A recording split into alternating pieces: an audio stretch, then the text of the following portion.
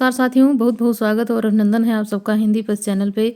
साथियों, हम आशा करते हैं आप लोगों की तैयारी बहुत अच्छे से जो है चल रही होगी इस ठंड के मौसम में भी। ये नहीं है कि आप लोग आराम से यहाँ पे रजाई में सो रहे होंगे, और जो रजाई से बाहर होगा, जो तैयारी कर रहा होगा, वो आप लोगों से आगे हो जाएगा। तो आप लोग अपनी तैयारी को बिल्कुल लगातार करते रहिए। यहाँ पे जो नागा अर्जुन हैं, उनका जन्म हमने कल पढ़ाया था, तो यहाँ पे आज उनके बारे में कुछ महत्वपूर्ण तथ्य है, उसको देखते हैं। नागा अर्जुन ने 1915 में दीपक मासिक तथा 1942 से 43 में विश्व बंधु साप्ताहिक पत्रिका का संपादन भी किया है। अगर पूछा जाता है दीपक किसकी पत्रिका है, तो नागा अर्जुन यहाँ पे बताना है। हिंदी साहित्य में उन्होंने नागा अर्जुन तथा मैथिली में यात्री उपनाम से रचनाओं का सृजन किया है। तो हिंदी में बात की जाती है तो नागा अर्जुन के नाम से प्रसिद्ध हैं, और मैथिली में वो यात्री उपनाम से यहाँ पे लिखते थे। मैथिली में नवीन यहाँ पे भावबोध की रचनाओं का प्रारंभ उनका महत्वपूर्ण कविता संग्रह चित्र में माना गया है। तो यहाँ पे मैथिल में नवीन भावबोध की रचना अगर यहाँ पे पूछी जाती है तो ये कविता संग्रह चित्र से यहाँ पे माना जाएगा। आगे यहाँ पे है कि नागा अर्जुन ने संस्कृत तथा बंगला में भी काव्य रचना की है। तो ये इनकी दो भाषा हो गई, संस्कृत और बंगला में भी उन्होंने लिखा है। यहाँ पे पत्रहीन नग्न गाछ मैथिल कविता संग्रह के लिए इन्होंने साहित्य अकादमी पुरस्कार प्रदान किया गया है। तो पत्रहीन नग्न गाछ ये काफ़ी महत्वपूर्ण रचना इनकी है, साहित्य अकादमी पुरस्कार इनको इस पे प्राप्त हुआ है। इनकी प्रमुख काव्य कृतियाँ हैं युगधारा है, प्यासी पथराई आंखें हैं, सतरंगी पंखों वाली है, यहाँ पे तालाब की मछली है, हजार हजार बाहों वाली पुरानी जूतियों का कोरस, तुमने कहा था, आखिर ऐसा क्या कह दिया मैंने, मैं मिलिट्री का बूढ़ा घोड़ा, शतरंज गर्भा, ऐसे भी हम क्या, ऐसे भी तुम क्या, यहाँ पे पका है कटहल, भस्मांकुर खंड काव्य है। तो इनकी जितनी भी रचनाएं यहाँ पे हैं सारी बिल्कुल रट लेने वाली हैं, क्योंकि एक से बढ़ के एक रचना है। यहाँ पे यहीं से प्रश्न पूछा जाता है। तो लगभग ये मान के चलिए कि नागा अर्जुन की कोई भी ऐसी रचना नहीं होनी चाहिए जो कि छूट जाए। सब एक से बढ़ के एक यहाँ पे हैं, और रचना इन्हीं से यहाँ पे पूछी जाती है। इनकी अन्य कृतियों में शामिल हैं जैसे बलचन्मा है, उसके बाद रतिनाथ की चाची है, कुंभी पाक है, उग्रतारा है, जमानिया का बाबा है, वरुण के बेटे। तो इनकी ये अन्य कृतियाँ भी हैं, ये उपन्यास इनका है। तो यहाँ पे इसको भी अच्छे से तैयार कर लेते हैं। बलचन्मा है, रतिनाथ की चाची है, कुंभी पाक है, उग्रतारा है, जमानिया का बाबा और वरुण के बेटे। वैद्यनाथ मिश्र किस कवि का उपनाम है, तो आपको यहाँ पे बताना है कि वैद्यनाथ मिश्र किस कवि का वास्तविक नाम है। तो यहाँ पे आप बताएंगे कौन है, यहाँ पे नागा अर्जुन आपको यहाँ पे आंसर करना है। आगे यहाँ पे है कि नागा अर्जुन का असली नाम क्या है। अगर इस प्रकार पूछा जाता है तो आपको यहाँ पे आंसर कर देना है कि इनका नाम वैद्यनाथ मिश्र है, जो कि दरभंगा जिले में जो है, बिहार के दरभंगा जिले से संबंध यहाँ पे रखते हैं। नागा अर्जुन का वास्तविक नाम क्या है, तो यहाँ पे उनका वास्तविक नाम आपको बता देना है क्या है। इनका वास्तविक नाम यहाँ पे आपको बताना है कि इनका नाम वैद्यनाथ मिश्र है, और ये जो है प्रगतिशील जो प्रगतिवाद जो यहाँ पे है उसमें काफ़ी महत्वपूर्ण एक कवि के रूप में प्रसिद्ध हैं। कवि और लेखक सब प्रकार से इन्होंने अपनी रचना यहाँ पे अच्छे से की है। नागा अर्जुन किस वर्ग के कवि हैं, छायावादी हैं, प्रगतिवादी हैं, प्रयोगवादी। तो यहाँ पे आपने अभी देखा है कि ये प्रगतिवाद से संबंध यहाँ पे रखते हैं, प्रगतिवाद से इनका संबंध यहाँ पे बताया जा रहा है। और यहाँ पे ये काफ़ी जो है प्रमुख स्तंभ के रूप में प्रगतिवाद के लेखक के रूप में ये जाने जाते हैं। जिस प्रकार से यहाँ पे छायावाद में सुमित्रा नंदन पंत, महादेवी वर्मा, जयशंकर प्रसाद और निराला जाने जाते हैं, उसी प्रकार से देखा जाता है तो यहाँ पे प्रगतिवाद में नागा अर्जुन जी का नाम आता है।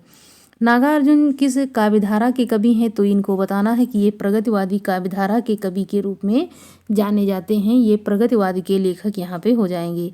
आगे है कि नागा अर्जुन की वास्तविक रचनाओं में कौन सी खड़ी बोली हिंदी में नहीं लिखी गई है, तो जो इनकी पत्रहीन नग्न गाछ है ये इनकी मैथिल की रचना हो जाएगी, और इस पे इनको साहित्य अकादमी पुरस्कार यहाँ पे प्राप्त हुआ है। तो यहाँ पे आपको यहाँ पे क्या लगाना है कि पत्रहीन नग्न गाछ, यहाँ पे बी आंसर आपका सही हो जाएगा। निम्नलिखित में से कौन सा काव्य संग्रह नागा अर्जुन का नहीं है, तो आपको यहाँ पे बताना है। तो युग की गंगा, युगधारा, प्यासी पथराई आंखें, तुमने कहा था। तो युगधारा और यहाँ पे प्यासी पथराई आंखें और तुमने कहा था, ये रचना यहाँ पे नागा अर्जुन जी की हो जाती है। जबकि युग की गंगा ये यहाँ पे किसकी हो जाएगी, केदारनाथ अग्रवाल की हो जाती है। किसकी हो जाएगी, केदारनाथ अग्रवाल की। युग की गंगा, नींद के बादल, इस प्रकार से इनकी बहुत सारी रचनाएं हैं। लोक और आलोक, उपरोक्त में से युग गंगा प्रगतिवादी कवि केदारनाथ अग्रवाल का काव्य संग्रह है, जबकि अन्य काव्य यहाँ पे हमने बताया है कि भस्मांकुर, गीत गोविंद, खंड काव्य, ये इनके जो हम अन्य तथ्य में देख रहे हैं कि नागार्जुन के जो काव्य हैं वो हो जाएगी। हरिजन गाथा है, भूमिजा है, दीर्घ कविता है, ये अपने खेत रत्न गर्भ तालाब की मछलियाँ, और ये काव्य कृति है। और यहाँ पे अब देखेंगे कि केदारनाथ अग्रवाल के काव्य कौन कौन से हैं। तो नींद के बादल फूल नहीं रंग बोलते हैं, आग का आईना अपूर्वा, बोले बोल बोले बोल अबोल, आत्मगंध, ये इनकी रचनाएं हो जाएंगी, जो कि एक से बढ़ के एक रचना है। और यहीं से आपका प्रश्न बनने वाला है, अगर यहाँ पे अग्रवाल जी की रचना पूछी जाती है तो यहाँ पे आपको बताना रहेगा। कबीर के उपरांत हर यहाँ विध्वंसकारी जनविरोधी शक्ति को सर्वाधिक खुली चुनौती देने वाले साहित्यकार का अगर नाम है तो यहाँ पे आंसर आप करेंगे क्या? बी आंसर आपका सही होता है, यहाँ पे नागार्जुन हो जाएगा बिल्कुल ही सही जवाब। क्या हो जाएगा? नागार्जुन। नागार्जुन ने अपने समाज में व्याप्त समस्या एवं बुराइयों को जितने ओज तरीके से उठाया है उतना शायद कबीर के अलावा किसी ने नहीं उठाया है। नागार्जुन ने भ्रष्टाचार और यहाँ पे अवसरवादिता जैसी सामाजिक कुरीतियों पर चोट की है। राजनीति की गरिमा तथा लोकतंत्र की मायावी जाल को तार तार करते हुए उन्होंने वास्तविक चेहरे को सामने लाते हुए पूंजीपति वर्ग के शोषण अत्याचारों का विरोध करते हुए तथा मजदूरों, किसानों एवं छात्रों के हित की बात को बड़े जोरदार ढंग से सामने रखते हुए बाबा नागार्जुन एक सशक्त कवि होते हुए एक समाज सुधारक की भूमिका निभाते हैं। डॉक्टर नामवर सिंह उन्हें कबीर की परंपरा का कवि मानते हैं। क्या मानते हैं? तो कबीर की परंपरा का कवि उनको मानने वाले अगर कोई हैं तो वो हो जाएंगे यहाँ पे नामवर सिंह। प्रश्न बनेगा कि यहाँ पे जो समाज सुधारक के रूप में तो जाने ही जाते हैं, तो इनकी जो यह है कि कबीर की परंपरा का कवि मानते हैं, कौन मानते हैं? तो यहाँ पे नामवर सिंह यहाँ पे आपको करना रहेगा आंसर। आगे यहाँ पे देखते हैं कि नागार्जुन जी के बारे में। और नागार्जुन जो मुख्य स्तंभ के रूप में जाने जाते हैं प्रगतिवाद के संदर्भ में इन्होंने एक काव्य या एक कथन सही नहीं है वह आपको यहाँ पे बताना है कि प्रगतिवाद जन जीवन के साथ प्रकृति और कल्पनाओं में सौंदर्य खोजता है। प्रगतिवाद ने पहली बार साहित्यिक चेतना का यथार्थवाद की ओर अग्रसर होने की प्रेरणा दी है। प्रगतिवाद की मूल प्रेरणा मार्क्सवाद के विकसित हुई है। प्रगतिवाद सामाजिक यथार्थ की अभिव्यक्ति को ही रचना का उद्देश्य मानता है। तो यहाँ पे आपका ए आंसर जो है ये यहाँ पे सही नहीं है। इसमें सौंदर्य, प्रकृति और कल्पना ये सारी चीज़ें बिल्कुल खो सी जाती हैं। यहाँ पे यथार्थ चीज़ों को यहाँ पे सामने उठाया गया है कवियों के द्वारा। प्रगतिवादी सामाजिक यथार्थ के व्यक्ति को ही रचना का उद्देश्य मानता है प्रगतिवाद। और यहाँ पे सौंदर्य, ये सारी चीज़ें बिल्कुल यहाँ पे देखने को नहीं मिलती हैं। आगे प्रश्न में यहाँ पे बढ़ते हैं। निम्न से कौन सी विशेषता प्रगतिवाद की नहीं है? तो कल्पना प्रवणता है, शोषण का विरोध है, व्यंग्य प्रधानता है, श्रम में सौंदर्य है। तो ये जो है यहाँ पे ये यहाँ पे हो जाता है बिल्कुल ही सही, ये यहाँ पे नहीं है। कल्पना तो बिल्कुल यहाँ देखने को मिलती ही नहीं है इस युग में। तो यहाँ पे कल्पना, प्रवणता, छायावाद की विशेषता है, ये सारी चीज़ें। छायावादी कविता में कल्पना और प्रवणता इतनी अधिक है। तो यहाँ पे अभ्यंतर प्रभाव साम्य को प्रकट करने की समझ योजनाएं अधिक हैं। छायावादी कविता की यह सर्वाधिक महत्वपूर्ण विशेषता थी जिसकी ओर सबसे पहले बलपूर्वक आचार्य रामचंद्र शुक्ल ने संकेत दिया था। शेष विशेषताएं प्रगतिवाद की यहाँ पे हो जाएंगी। तो यहाँ पे आगे बढ़ते हैं। प्रगतिवादी समीक्षक कौन है? प्रगतिवादी समीक्षक यहाँ पे हैं रामचंद्र शुक्ल हैं, गुलाब राय हैं, रामविलास शर्मा है, यहाँ फिर श्याम सुंदर दास। तो रामविलास शर्मा यहाँ पे आपका आंसर हो जाएगा। रामविलास शर्मा यहाँ पे बी हो जाता है बिल्कुल ही सही। और यहाँ पे साथियों ये प्रगतिवाद जो आपके यहाँ पे पढ़ाया जा रहा है बिल्कुल अच्छे से डीपली तैयार है, समझ लीजिए। यहाँ अगर यहाँ पे तैयारी की जाती है तो ये समझ लीजिए एक बहुत ही अच्छा तरीका हो जाता है आप लोगों के लिए। ऐसे ही आप लोग पढ़ते और दोहराते रहेंगे तो आप बिल्कुल पेपर टाइम जब आएगा तो आप हड़बड़ाएंगे नहीं, कोई जल्दबाजी नहीं रहेगी, आपका सारा प्रश्न तैयार रहेगा। केवल आपको थोड़ा सा रिवाइज करना रहेगा जब आपकी वैकेंसी आएगी तब। तो आप जब मन लगा करके पढ़ेंगे तो सारा आपका बिल्कुल अच्छे से तैयार हो जाएगा। तो ऐसे ही आप लोग पढ़ते रहिए। साहित्य और समाज को एक साथ रखकर मूल्यांकन करते हुए उनकी आलोचना प्रक्रिया में केवल साहित्य ही नहीं बल्कि वे समाज, अर्थ, राजनीति, इतिहास को एक साथ लेकर साहित्य का मूल्यांकन करते हैं। रामविलास शर्मा की समीक्षा कृतियों में विशेष उल्लेखनीय है प्रेमचंद और उनका युग 1922 ईस्वी में, निराला 1946 में, भारतेंदु हरिश्चंद्र 1953 में, प्रगति और परंपरा 1949 में, यहाँ पे भाषा और संस्कृति 1954 में, भाषा और समाज 1961 में, निराला की साहित्य साधना प्रथम खंड ये 1969 ईस्वी में है। तो यहाँ पे जो महत्वपूर्ण इनकी कृतियाँ हैं रामविलास शर्मा की, मतलब ये यहाँ पे क्या है कि मूल्यांकन कृतियाँ हैं, ये सारी समीक्षा कृति है, तो इसको अच्छे से तैयार रखें।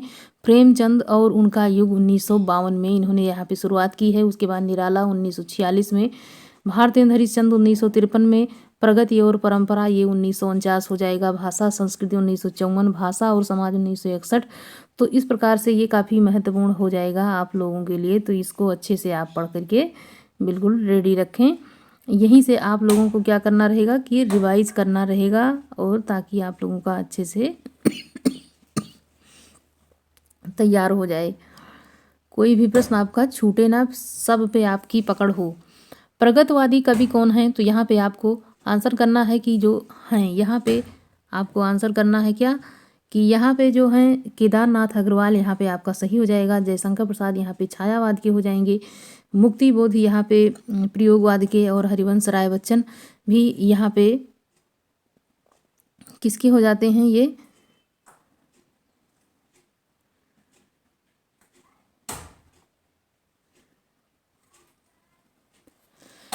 केदारनाथ अग्रवाल यहाँ पे प्रगतिशील काव्यधारा के प्रमुख कवि के रूप में जाने जाते हैं। काव्य संग्रह में युग की गंगा आज़ादी के पहले मार्च 1947 में प्रकाशित हुई, और केदारनाथ अग्रवाल ने मार्क्सवादी दर्शन को जीवन का आधार बनाया और जनसाधारण के जीवन की गहरी, व्यापक एवं संवेदना को अपनी कृतियों में यहाँ पे मुखरित किया। केदारनाथ अग्रवाल के अन्य प्रमुख कविता संग्रह हैं फूल नहीं रंग बोलते हैं, गुल मेहंदी, हे मेरी तुम, बोले बोल अबोल, जमुन जल तुम, केदार कहे केदार, खरी खरी मार प्यार की थापें। तो इसको ऐसे ही कविता के समान आप लोग रट लीजिए, ताकि आपको यहाँ पे भूले ना। फूल नहीं रंग बोलते हैं किसकी रचना है, तो यहाँ पे जब आपको ये बिल्कुल रटा रहेगा तो आंसर आप करेंगे क्या कि ये आंसर आपका हो जाएगा केदारनाथ अग्रवाल। जमुन जल तुम किसकी रचना पूछ रहा है यहाँ पे कि जमुन जल किसकी रचना है, तो भी यहाँ पे आप लोग आंसर कर देंगे किसकी रचना है, ये यहाँ पे केदारनाथ अग्रवाल की रचना हो जाती है, जो कि बिल्कुल यहाँ पे सही है। इसमें से कौन सी रचना केदारनाथ अग्रवाल की नहीं है, तो यहाँ पे आप आंसर करेंगे युग की गंगा, नींद के बादल, आँख का झरना, युगधारा। तो यहाँ पे युगधारा जो है ये यहाँ पे नहीं होगा। युग की गंगा और नींद के बादल केदारनाथ अग्रवाल की कृति है, जबकि युगधारा नागार्जुन की यहाँ पे हो जाएगी। डी यहाँ पे आपका हो जाता है कि ये युगधारा जो है ये नागार्जुन की कृति यहाँ पे हो जाएगी। आग का झरना, ये विकल्प में 2 रचनाएं हैं जो केदारनाथ अग्रवाल की ये भी नहीं है, तो ये थोड़ा कन्फ्यूजन वाला यहाँ पे हो जाएगा। तो इसे ऐसे ही यहाँ पे प्रश्न दे देता है कभी कभी एग्जाम में, तो यहाँ पे जब आप लोगों का तैयार रहेगा तो वहाँ पे आपकी गलती नहीं होगी। अबे सुन बे गुलाब, भूल मत पाई खुशबू, रंगो आब, काव्य पंक्ति का संबंध किससे है, तो ये कविता प्रगतवादी कविता से है, प्रयोगवादी से है, समानांतर कविता से, इनमें से कोई नहीं।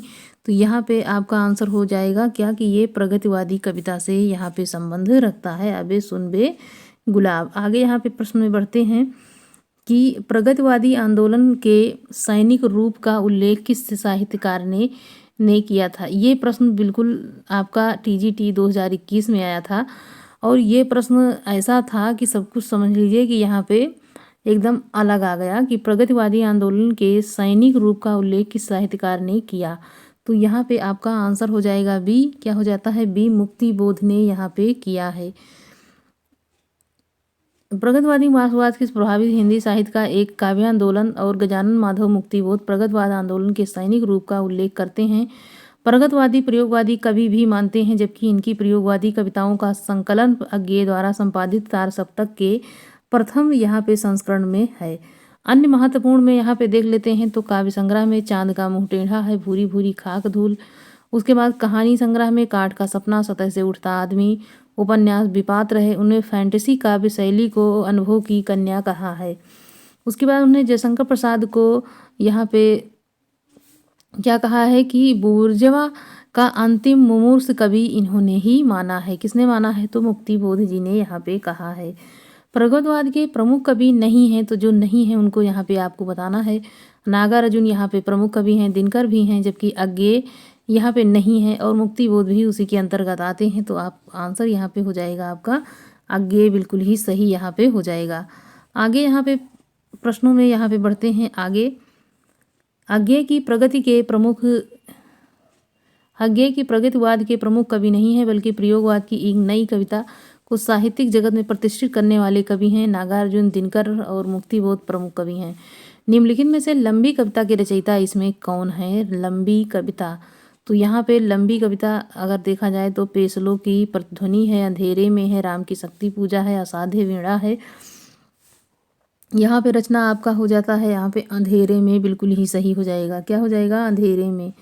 अंधेरे में कविता के रचयिता गजानन माधव मुक्तिबोध हैं। इनके अन्य काव्य संग्रह में चांद का मुंह टेढ़ा, भूरी भूरी खाक धूल, अंतरदर्शन है, आत्मसंवाद है, ब्रह्मराक्षस है, भूल गलती है, चंबल की घाटी में, आदि राम की शक्ति पूजा निराला की है, जबकि असाध्य वीणा अज्ञेय जी की रचना यहाँ पे लंबी कविता के अंतर्गत ये भी यहाँ पे आती है। आगे यहाँ पे प्रश्नों में हम बढ़ते रहते हैं और आप लोग भी ऐसे ही अपनी तैयारी को बढ़ते हुए करते रहिए, ताकि एक साथ आप लोगों के ऊपर कोई बोझा ना आए। अन्य महत्वपूर्ण तथ्य में है मुक्तिबोध का पूरा नाम गजानन माधव मुक्तिबोध है। इनका जन्म ग्वालियर मध्य प्रदेश के एक कस्बे में हुआ था। ये अध्यापक, पत्रकार, विशिष्ट विचारक, कवि और कथाकार हैं। इनकी समीक्षक के रूप में सभा दूत भी रहे हैं। उन्होंने अंधेरे में कविता की लंबी यहाँ पे व्याख्या करते हुए क्या किया है कि अंधेरे में कविता की लंबी व्याख्या करते हुए असीमता की खोज की बात उठाई है। किसने उठाई है? तो यहाँ पे गजानन मुक्तिबोध जी ने उठाई है। आगे यहाँ पे है कि गजानन माधव मुक्तिबोध चांद का मुंह टेढ़ा के रचयिता कौन है? तो यहाँ पे आप लोग ऐसे ही जब रटते रहेंगे तो यहाँ पे आंसर आपका हो जाएगा मुक्तिबोध, बिल्कुल ही सही जवाब आपका यहाँ पे हो गया है। चांद का मुंह टेढ़ा काव्यधारा के रचनाकार कौन है? तो यहाँ पे आपका डी आंसर हो जाएगा गजानन माधव मुक्तिबोध, डी आंसर आपका सही हो जाएगा। आगे है कि भूल गलती कविता के कवि कौन है? भूल गलती कविता के कवि कौन है? तो भूल गलती भी यहाँ पे किसके द्वारा लिखी गई है? यहाँ पे मुक्तिबोध जी ने इसको भी लिखा है। आगे है कि अंधेरे में कविता किसने लिखी है? अंधेरे में कविता भी मुक्तिबोध जी ने ही लिखी है। किसने लिखी है? मुक्तिबोध जी ने यहाँ पे लिखी है। आगे है कि अंधेरे में नामक प्रसिद्ध कविता के रचयिता कौन है? तो दुष्यंत कुमार हैं, मुक्तिबोध हैं, यहाँ पे माथुर हैं, अज्ञेय हैं। बी आंसर आपका सही हो जाएगा। क्या होता है? बी बिल्कुल ही यहाँ पे सही हो जाएगा यहाँ पे। और इससे जो है अंधेरे में भी कविता किसने लिखा है? मुक्तिबोध जी ने यहाँ पे लिखा है। तो साथियों, अपनी तैयारी को ऐसे ही अच्छे से करते हुए आप लोग बिल्कुल अपना जो है ख्याल रखते हुए अपनी तैयारी को आगे बढ़ाते रहिए और वीडियो को लाइक करना बिल्कुल ना भूलें। साथ ही आप लोग इसको जो है ज़्यादा से ज़्यादा शेयर करिए अपने दोस्तों में, अपने साथियों में, ताकि हमारा भी थोड़ा आप लोगों के माध्यम से मोटिवेशन होता रहिए। और साथियों, मिलते हैं अगले वीडियो में, तब तक के लिए धन्यवाद।